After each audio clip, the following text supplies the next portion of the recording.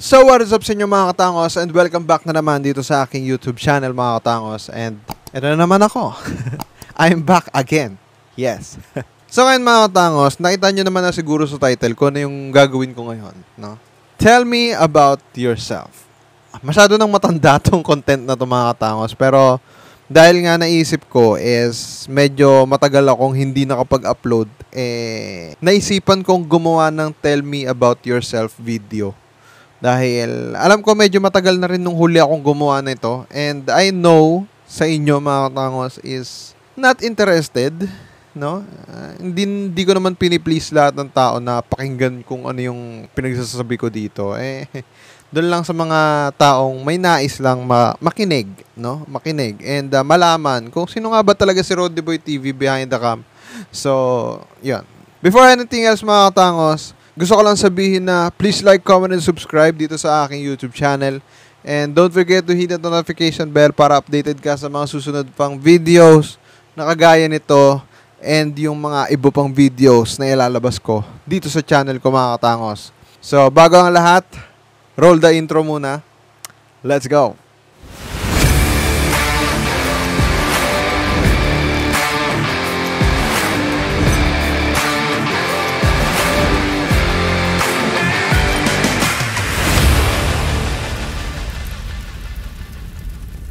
At dahil yun na nga mga katangos, no, balik na tayo dito sa pinaka-main topic natin. Ang ating first question ay,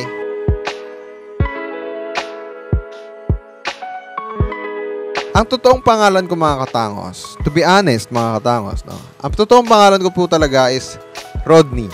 Yes. Rodney po talaga yung totoong pangalan ko. Kaya nga Rodney Boy TV. Kasi sa totoo lang mga katangos, no, nung bata ako, tinatawag kasi akong Rodney Boy. As in, tinatawag ako ng Rodney Boy. Ganon. Pag tinatawag ako ni mama, madalas si mama, Rodney Boy, o minsan Ron or Rod, ganyan.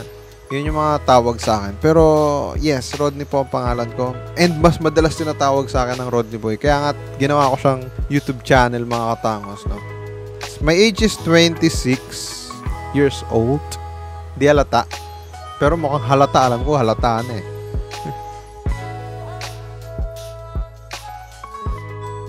Lumaki ako, mga katangos, sa Manila. Manila talaga. Hindi ako yung galing probinsya, then transition dito. Hindi po. Manila po talaga ako lumaki. As in. Obvious naman po siguro na wala akong masyadong, alam mo yun, wala po akong masyadong alam sa mga native language like mga Bisaya or else. Though, meron po akong dugong Bisaya and may konti po akong naiintindihan talaga. As in, naiintindihan lang dahil siguro kapag nag-uusap yung lolo't lola ko dito ng Bisaya, medyo na-adapt ko, naririnig ko, and tinatanong ko or minsan sinesearch ko ano ibig sabihin, mga ganun. May konti naman po ako naiintindihan sa Bisaya mga katangos, pero konti lang. Konti lang. Ang purpose ko mga katangos sa pagiging YouTuber, to be honest mga katangos, hindi ko talaga alam kung ano pa talaga yung purpose ko sa pagiging YouTuber. Kasi yung pagiging YouTuber ko mga katangos is, ano lang siya parte lang siya ng diary ko sa buhay. As in, yung life diary ko lang mga katangos, no? Parte lang siya nun. And, hindi ko alam, hindi ko masagot kung ano yung purpose ko sa pagiging YouTuber. Talaga, kasi, yun nga, diary lang kasi talaga yung ginagawa ko. Kumbaga, dinodocument ko lang yung mga pinag-aagawa ko sa YouTube, ganyan. Dino-document ko lang yan, mga tangos. So, yun. Siguro, masasabi ko, sana. Sana. Pero, okay lang naman sa akin kung hindi. Pero, marami po kasi ako nababasa mga katangos na nagsasabi na hindi kasi sikat kapag nandyan ka lang, ganito, ganyan. Yun nga, tulad nga ng sinabi ko kanina mga katangos, ang purpose lang naman ng YouTube channel ko talaga is to i-document yung mga trip kong gawin. No? As yung mga trip kong gawin, yung mga gusto kong videohan na ginagawa ko talaga. Yan lang naman talaga yung parang purpose, no, na ginagawa ko sa YouTube. Or purpose ng YouTube, siguro yun yung masasagot ko, yun yung purpose ng pagiging YouTuber ko mga katangos is to i-document yung mga trip kong gawin. Kung tatanungin nyo ako, Kung umaasa ba ako na maging famous in the future? Hindi na ako umaasa. Pero kung darating yung opportunity, bakit hindi natin i-grab, di ba?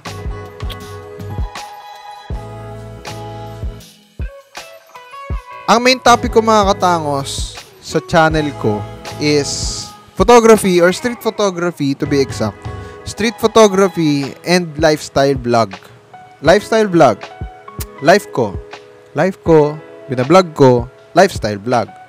Street photography, nakikita nyo naman sa mga dati-dati kong ina-upload is more on street photography or photography tips. Best setting for street photography, kaya may route ganyan. Yun yung madalas na content na ginagawa ko. And I hope makita nyo pa siya sa mga susunod pang vlogs. And yun. Ang social media na madalas kong ginagamit sa ngayon mga katangos is Facebook and TikTok. Yes, may TikTok po ako mga katangos. Ito po yung TikTok ko. Yan. And ito po yung aking Facebook. Yan. Facebook page. Yan. Follow nyo na lang ako guys sa Facebook page ko. And nagpo-post po ako dyan ng mga photos. And dun po sa main account ko, kayo na po bahala. Makikita nyo naman yan kapag pinalo nyo yung Facebook page ko. So, yun. And yes, yung platform na madalas kong binubuksan, YouTube mga katangos, syempre. Minsan na kasi nagsusearch din kasi ako ng mga bagong contents, bagong idea for content making, yan. Sinesearch ko po kasi yan. Kaya kahit papano, kumukuha pa din ako ng idea sa YouTube. So, yun. YouTube. Kasama yung YouTube. Ang mga favorite YouTubers ko mga katangos, siguro, sige, isa-isayin ko na lang, no? Siguro mauuna, number 1 ko mga katangos is si Kong TV.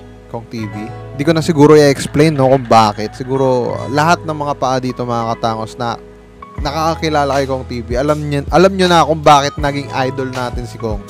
Yun lang ang masasabi ko. ayoko nang i-elaborate yun.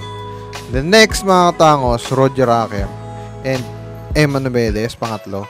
Kung bakit naging idol ko sila, kaya na-build yung pagiging short filmmaker ko rin kahit papaano is dahil sa kanilang dalawa. Marami rin ako natutunan sa kanila when it comes to video, filming, and short film, ganyan. Marami rin ako nakuha idea sa kanila.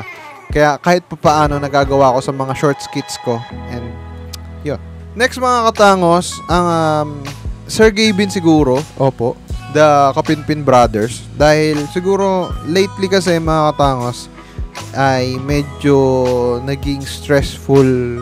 Basta something stressful mga katangos sa mga bagay-bagay na ginagawa ko. Yun yung parang naging sandalan ko. Kumbaga natatawa kasi ako sa kanila eh. So, yun lang naman.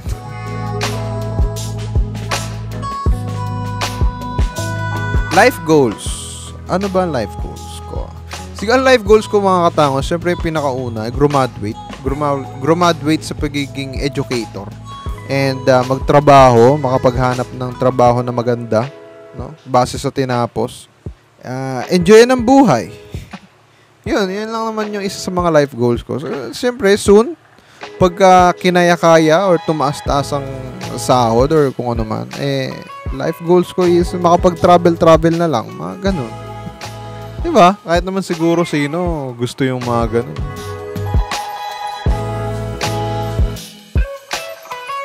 Ang hobbies ko mga katangos, marami kasi akong hobbies eh. Marami akong trip gawin. No? Sinabi ko na kanina to, video and photography. Next, music. Yes, nag-music. Instrumentalist po ako mga katangos. At the same time, kumakanta rin po ako kahit papaano. Instrumentalist po ako, drummer, guitarist, bassist. May konti akong alam sa piano. Yun. So yun nga mga katangos, no? I hope nagustuhan nyo tong video na to. And tulad nga sinabi ko kanina, please like, comment, and subscribe dito sa aking YouTube channel. And don't forget to hit the notification bell para updated ka sa mga susunod pang videos na kagaya nito. And yung mga magagawa kong videos in the future, kahit pa paano sana mapanood niyo. So, ngayon mga katangos, see you on my next vlog. Hindi ko na masyadong bibigyan ng conclusion yung video na to. So, see you on my next vlog mga katangos. Peace. Let's go. Bye. Oy, shoutout pala sa mga classmates ko dyan.